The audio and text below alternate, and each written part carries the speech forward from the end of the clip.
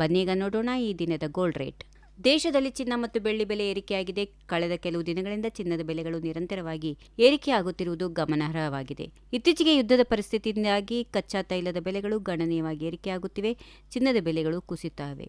ಆದರೆ ಅಮೆರಿಕ ಅಧ್ಯಕ್ಷ Donald Trump ಅವರ ಸಂಘರ್ಷದ ಕುರಿತು ನೀಡಿದ ಹೇಳಿಕೆಯ ನಂತರ ಕಚ್ಚಾ ತೈಲದ ಬೆಲೆಗಳು ಕುಸಿಯಲು ಆರಂಭವಾಗಿದ್ದು, ಇದರ ಪರಿಣಾಮವಾಗಿ ಚಿನ್ನ ಮತ್ತು ಬೆಳ್ಳಿ ಬೆಲೆಗಳು ಮತ್ತೊಮ್ಮೆ ಗಗನಕ್ಕೇರುತ್ತಿವೆ. ಬೆಂಗಳೂರು ಬುಲಿಯನ್ ಮಾರುಕಟ್ಟೆಯಲ್ಲಿ ಇಂದು ಗಣನೀಯ ಏರಿಕೆ ಕಂಡುಬಂದಿದೆ. 10 ಗ್ರಾಂ 24 ಕ್ಯಾರೆಟ್ ಚಿನ್ನದ ಬೆಲೆ $1,970 ಏರಿಕೆಯಾಗಿ $1,51,480 ತಲುಪಿದೆ. ಅದೇ ರೀತಿ 10 ಗ್ರಾಂ 22 ಕ್ಯಾರೆಟ್ ಚಿನ್ನದ ಬೆಲೆ $1,800 ಹೆಚ್ಚಳವಾಗಿ $1,40,350 ತಲುಪಿದೆ. ಇದರ ಜೊತೆಗೆ ಬೆಳ್ಳಿ ಬೆಲೆ ಕೂಡ ಭಾರಿ ಏರಿಕೆಯನ್ನು ದಾಖಲಿಸಿದೆ. ಪ್ರತಿ ಕಿಲೋಗ್ರಾಂ ಬೆಳ್ಳಿಗೆ $5,000 ಅಷ್ಟು ಏರಿಕೆಯಾಗಿ ಬೆಳ್ಳಿ ಇದೀಗ ಬುಲಿಯನ್ ಮಾರುಕಟ್ಟೆಯಲ್ಲಿ $2,55,000 ದಟ್ಟಣೆಯನ್ನ ತಲುಪಿದೆ.